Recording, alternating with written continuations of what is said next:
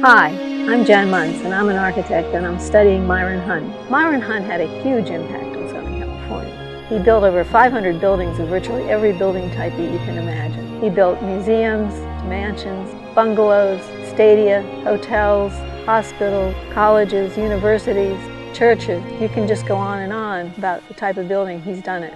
He didn't write very much, so he's not as famous as other architects of the period because he did not sell himself. The amazing thing about Myron Hunt's practice is that we are now celebrating repeatedly 100-year anniversary of his buildings that are still standing. It's so exciting to be here at Myron Hunt's first home in Pasadena. It's been here for over 100 years in beautiful condition, perfect day, and a perfect house. Let's go see where he lived.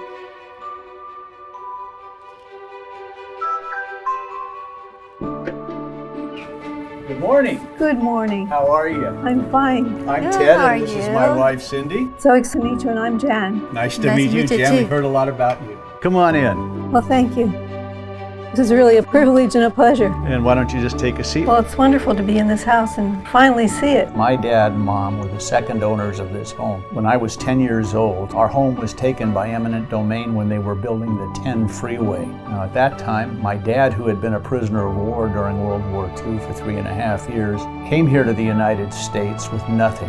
When the freeway took our house, my mom and dad went looking to find a place for us to move to. And one day, my mom and my grandmother were driving around Pasadena. They saw a for sale sign in front of this house. The person who was then living here was Charles Hunt, who had been an admiral in the United States Navy during World War II, and the son of Myron Hunt, one of two sons that Myron Hunt had. Admiral Hunt had won the Navy Cross, so he had been in combat, because that's an award given for valor under fire. I came later to discover that my parents had no ability to afford the house for what it was then being sold for. But Admiral Hunt saw my grandmother and my mom and saw us, and he decided that he was going to make it possible for my family to buy this house. When we met him that day, he came out and he was greeting us children. I mean, obviously he wanted children in the house. This house became the focal point of a lot of children. In the years that we lived here and grew up here, I don't think there was ever a day when we didn't realize that this was a treasure, that we were stewards of a treasure. And then through the quirk of fate, I came by one day and I saw a for sale sign. So we made an offer to purchase this house. When we wanted to make the offer, we found out that it was already in escrow with somebody else. Oh no. Then all of a sudden we get a call back from our realtor. The person that was gonna buy the house dropped dead. What a story. So the property again came on the market and they called us. So it was meant to be. I guess it's pretty rare to be able to go back and buy back your home when you know, as an adult. Or even want to. Most don't want to. Where this room is now, if you look at that wall there, when we bought the house, that wall was not there. It was further pushed back about 8 feet to where the pillars are. The room was much larger. The grand piano is basically where that porch area is.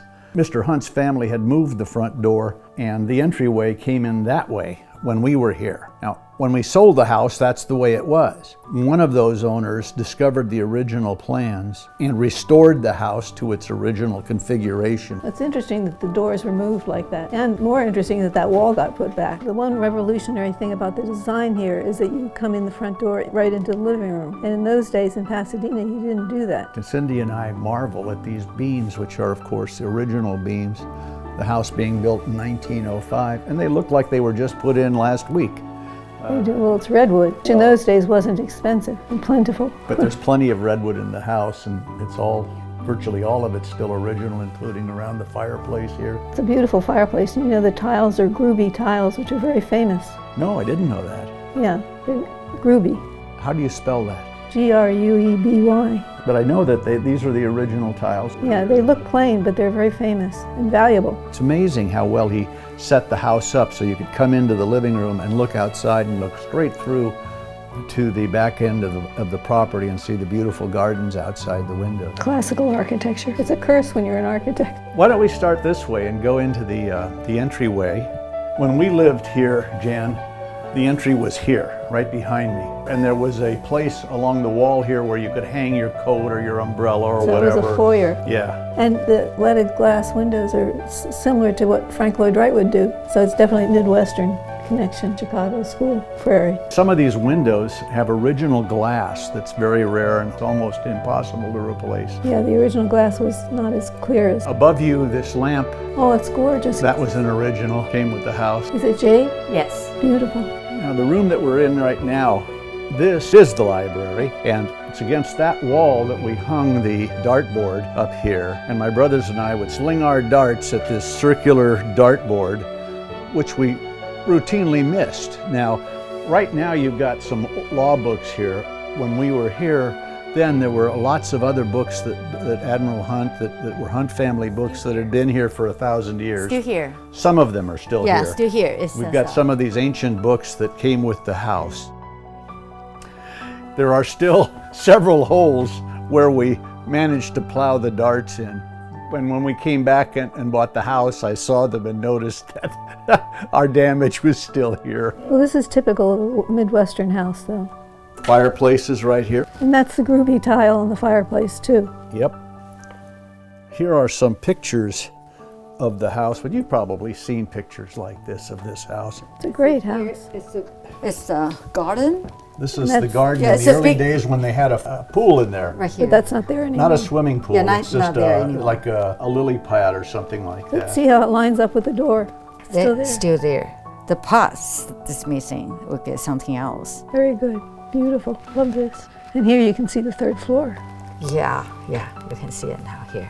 When he brought his 3 children and his wife and just started over again, and he had built over 40 houses in Evanston, Well, he built a lot more over here. over 500. In fact, this house is very reminiscent of his house in Evanston. He built a house for the family, and they thought they were going to be there forever until his wife contracted tuberculosis. And my theory is he moved to California because of George Ellery Hale of Caltech fame. Well, he was good friends of his in Oh, I Chicago. didn't know that. And George had come here to start Caltech, and he was the link that Myron Hunt had to everything. In Chicago, Hunt was very famous, and he and Frank Lloyd Wright worked together. He was very instrumental, and then he left all of that for his wife, and he tried to recreate what they had in Evanston. My memory is that Admiral Hunt told us that his dad had actually built this place for his mother. You know, for the period of time he was bought it, this is very revolutionary, this open plan kind of thing. There's no hallways, per se. So in the early days, this was one of the early mansions in Pasadena. And we're now in the main hallway where the stairway is.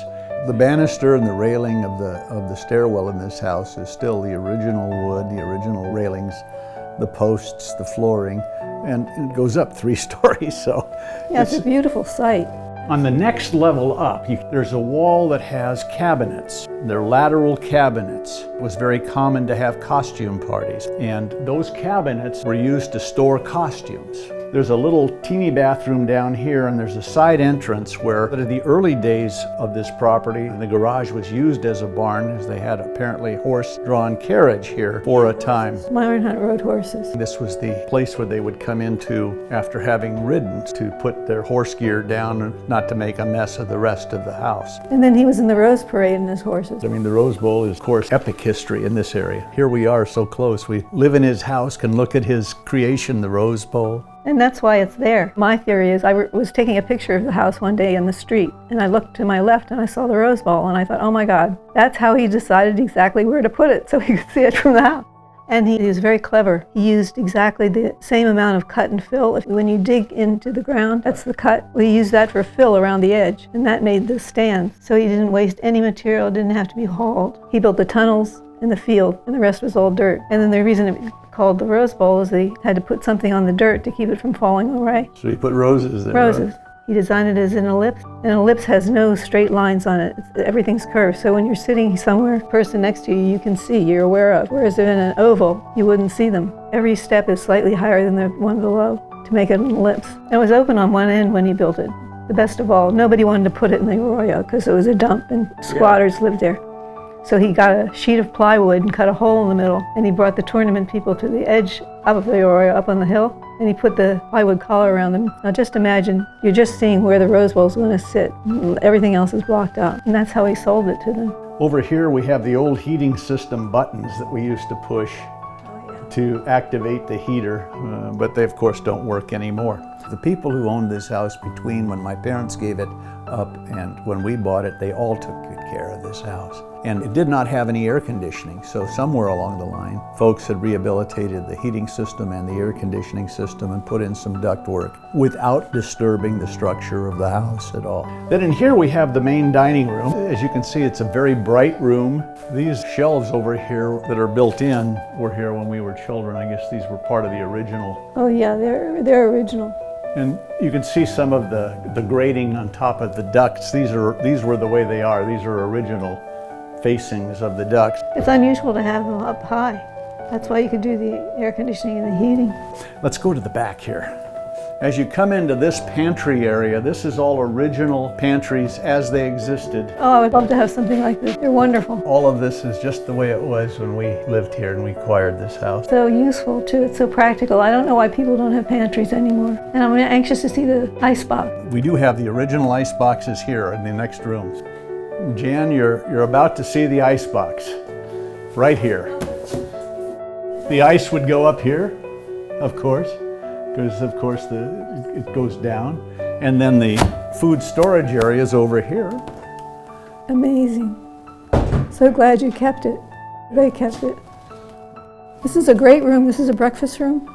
Yes, this was originally the breakfast room, regular dining room. The kitchen has been modified when we bought this house. So let's go to the next room, which was variously used as a family room and or as a bedroom. We were told that when it was originally built, this was a servant's area. It would have been 2 small bedrooms. When we bought the house, this had been modified for Myron Hunt's mother to use as a bedroom. And it was being used as a bedroom when we bought this property. And my mom and dad made this their bedroom, this room. I'm curious about these columns. What are these? They were original. They were there. Myron Hunt and his columns. Now that's typical of Myron Hunt. He doesn't build anything that doesn't have a column in it somewhere, even if it's not appropriate. You know, he's got columns outside, he's got columns inside. I think the room is not with the smaller, the outside stuff. She may be right, yeah. I think this is the most interesting part of the room. Those 2 columns. Those 2 columns, it's hard to explain why would they be there. It's a great idea. I love it. And it's so modern. This is a very modern approach to architecture. Well, he was a pioneer. And he obviously developed the house with the thought to having more outside than inside, because he stacked the house and let the outside govern. Frank Lloyd Wright had many similar ideas as Hunt with the outside and the inside, but Hunt's father was a nurseryman, so he was brought up with flowers and plants. And you had famous landscape architects design the garden too. He worked with Florence Yock and Lucille Council. The design of the structure of the backyard came from some palace in Versailles. He miniaturized and replicated the flavor of this Versailles garden around the house, which is the way it is exactly now. Well, Myron Hunt, he went on a grand tour of Europe after he got married and graduated from architecture school. He went to Scotland and England and spent a year in Italy and France. I'm just really blown away by the beautiful design of this. It's so modern and so innovative. It never feels like it's old to me. It doesn't look old. It doesn't feel old. I feel like I'm coming to something new almost every day. It's a big house hiding as a small house. The man was a genius.